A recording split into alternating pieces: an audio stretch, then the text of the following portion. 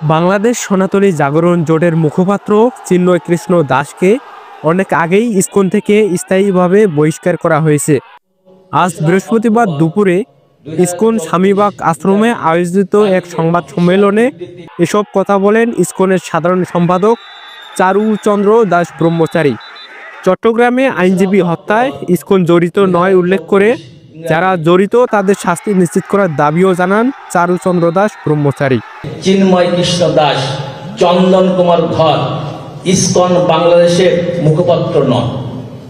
তিনি আরও বলেন, গত ৩ অক্টোবর অফিসিয়াল বিবৃতির মাধ্যমে জানানো হয় যে চিন্ময় কৃষ্ণ দাস ইসকন বাংলাদেশের মুখপাত্র নন, তাই তার বক্তব্য সম্পূর্ণ ব্যক্তিগত।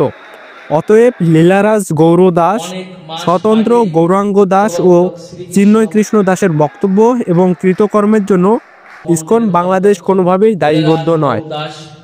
স্বতন্ত্র গৌরাঙ্গ দাস এবং চট্টগ্রামস্থ পুণ্ডরিক ধামের অধ্যক্ষ চিন্ময় কৃষ্ণ দাসকে সাংগঠনিক শৃঙ্খলা ভঙ্গের দায়ে ইসকনের সাংগঠনিক পদ পদবী সহ ইসকনের যাবতীয় সাংগঠনিক কার্যক্রম থেকে অব্যাহতি দেওয়া হয়।